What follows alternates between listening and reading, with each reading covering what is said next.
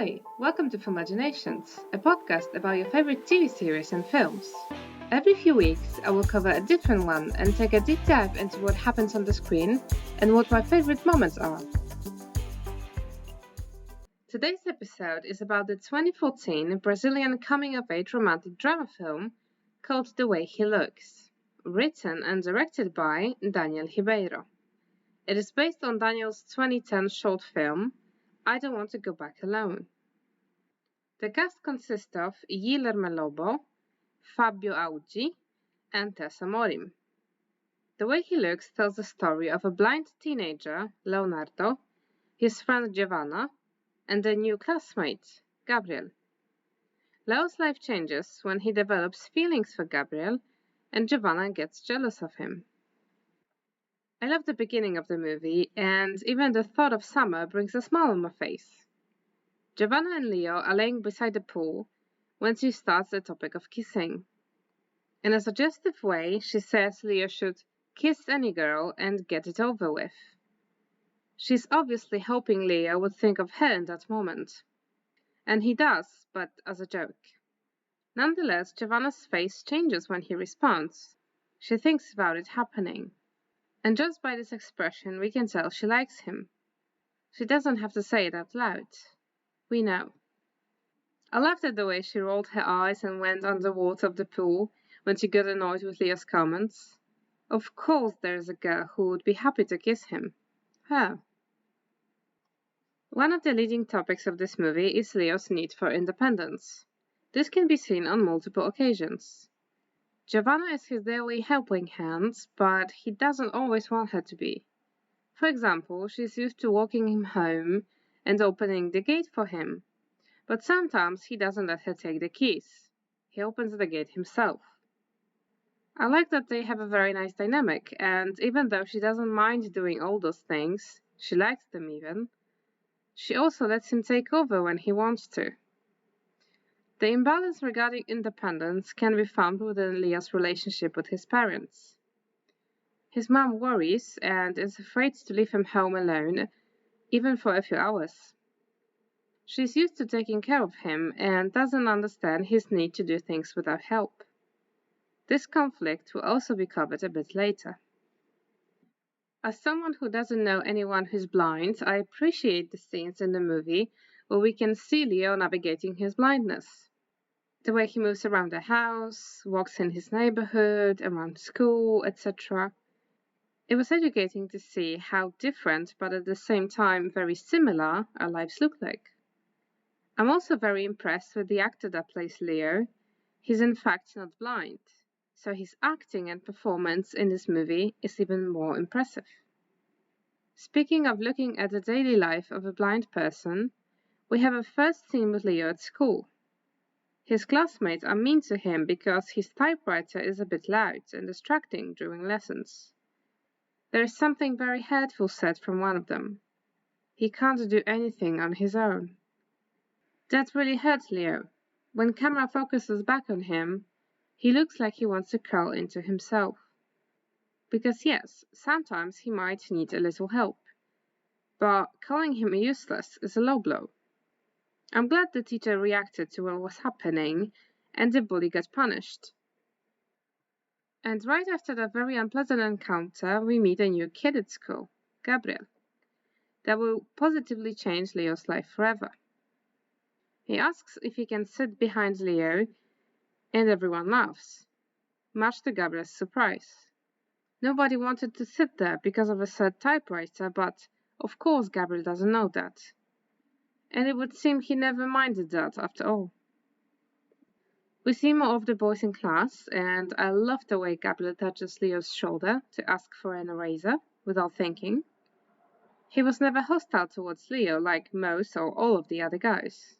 Of course, Leo didn't have an eraser, as he was using a typewriter to make notes, but very sweetly he proceeded to lend Giovanna's eraser, and this little interaction initiated the trio's friendship. Later that day, we can see them walking Leo home together. Gabriel clearly became part of the group. In that moment, we also find out that Leo's house is not exactly on Giovanna's way home. She just always walked the additional few blocks to get Leo home. But you know whose house is precisely on the way? Yep, Gabriel's. I'm very glad we got the kissing the shower glass door. It's such a simple detail in the movie, but a very important one. Many of us did the same thing. When we were thinking about kissing and how it's done, we would practice like Leo does in the shower. And I think we got that scene after he met Gabriel, because even though he talked with Giovana about girls, he must have known deep down that he's attracted to the same sex. And perhaps Gabriel showing up and being nice and gentle to him opened a certain door. The conversation about leaving and living abroad and going to a place where nobody knows you and that you could change your personality is also on brand with discovering your sexuality, but also trying to figure out who you are in general.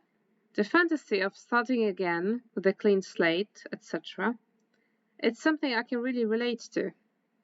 And I'm glad he was comfortable sharing those thoughts with Giovana, even though she didn't feel the same way about the topic. The next day, we see Leo deciding to walk to his grandma's for dinner on his own, so that Gabriel and Giovana can have lunch together. Maybe he was pushing them towards each other. In the end, he didn't know that Gabriel would actually be interested in him.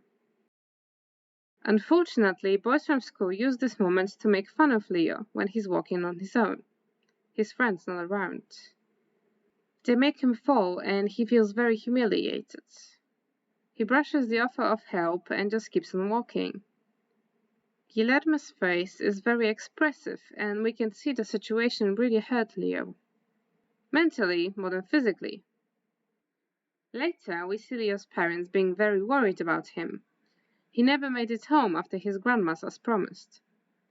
But he's a teenager, so obviously doesn't always want to listen to his parents. What really stood out to me in that conversation was Leo saying, "It's always dark for me."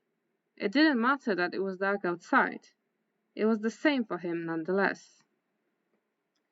Leo, Gabriel and Giovana keep hanging out together and they seem to get along well.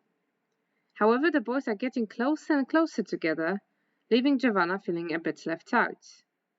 Gabriel offers to walk Leo home so Giovana doesn't have to go out of her way to do that. She's not happy about that. She's probably been walking Leo home for a long time before Gabriel showed up. And now, all of a sudden, she's being excluded. I wonder if Gabriel offered to walk Leo home just because it was convenient.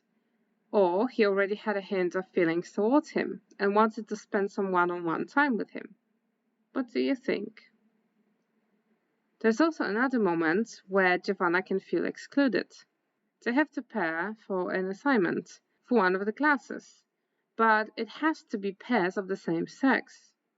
So the boys pair together and she's left to do it with somebody else, who's more of a stranger. As much as I feel bad for Giovana, for the sake of a couple becoming a couple, I am glad she was a bit separated from them. One of my favorite things about the interactions between the two of them is Gabriel asking silly questions to Leo, forgetting he's blind. For example, "Have you seen this video?" This might have been annoying at first, but it also showed Leo that Gabriel didn't focus on his disability like everybody else. He was treating him normally, much what Leo has been craving. He experiences new things with Gabriel. For example, goes to the cinema for the first time.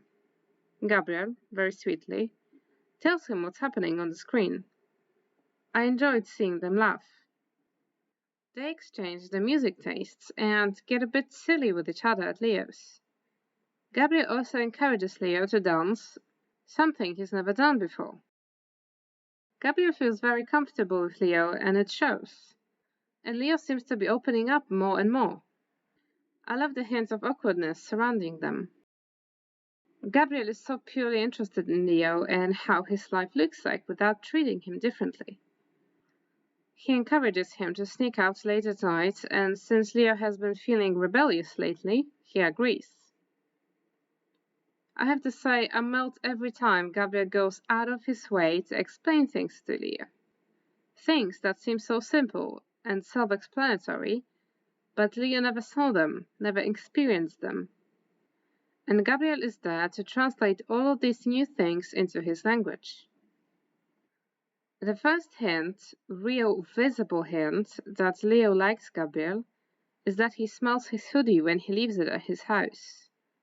And not only that, but he also puts it on his semi-naked body and uses Gabriel's smell and his imagination to touch himself on his bed. It was a very delicate scene. The music was also perfectly matching what was happening. Before I go on talking about our trio, I want to mention one scene. It's a moment between Leo and his father. They're in the bathroom, Leo learning how to shave. His dad explains so openly how he feels and that he wants Leo to leave for the right reasons, not just because they fight sometimes as a family. I like that scene because it's done in such a simple way but touches a very deep subject and shows how much dad loves his son.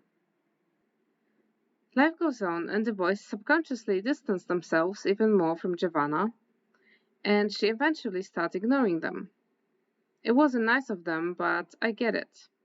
When you're falling in love, all you want to do is spend time with that person, and they couldn't explain that to her just yet. Perhaps they haven't explained that to themselves either.